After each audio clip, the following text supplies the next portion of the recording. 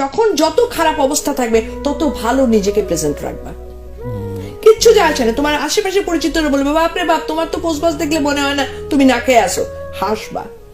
কারণ অনেক সময় না কাছের লোকজন তো জানে যে ঝামেলা আছে, কিন্তু নিজেকে কখনোই দৈনতার সাইনবোর্ড করবা না। হ্যাঁ, নো নো ডাম্প ইট।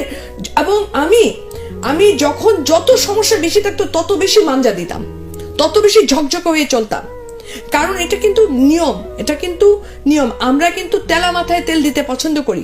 আমি যখন একটু আমার কিন্তু টেনশনের আগামীকালকের ঘুম নাই, কিন্তু আমি কোনো এক জায়গায় গিয়ে মিটিং এ বসে এমন ভাব করতেছি মনে হচ্ছে আমি যেন 5 তারকার থেকে খেয়ে আসছি।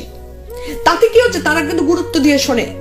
আমি ভাই কিছু নাই রে ভাই, কালকে খাওয়ার পয়সা নেই, এটা বললে হয়তো বা আমার প্রপোজালও দেখতো না, ওই ফালাই দিত।